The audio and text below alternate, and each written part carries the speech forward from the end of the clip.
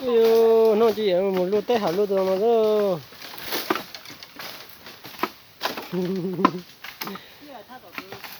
Sao nó tới một lô hả? Tới một lô hả lô dòng nó xưa cho cái tía. Cái tía. Cái cho hả nhưng lô nó xưa ta từ mà để lót đầy ơ. Pan nhỏ xưa hả xong. Yêu sao được.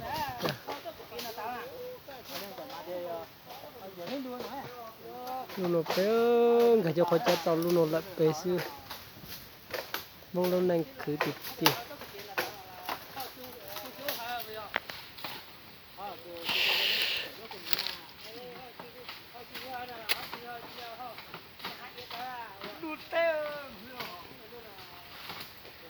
xí giờ luôn tôi chị giờ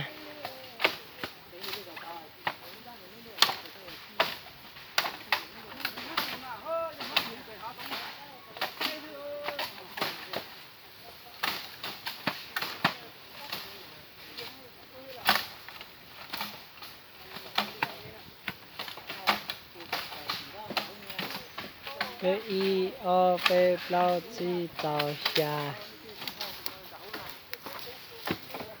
xà gì chua cò có ít lên bàn nó đây có chặt tàu xí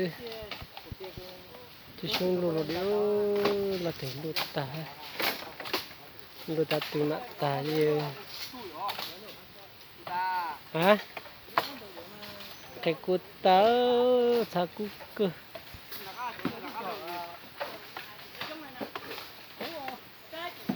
sao thì tiêu giờ cái cút thế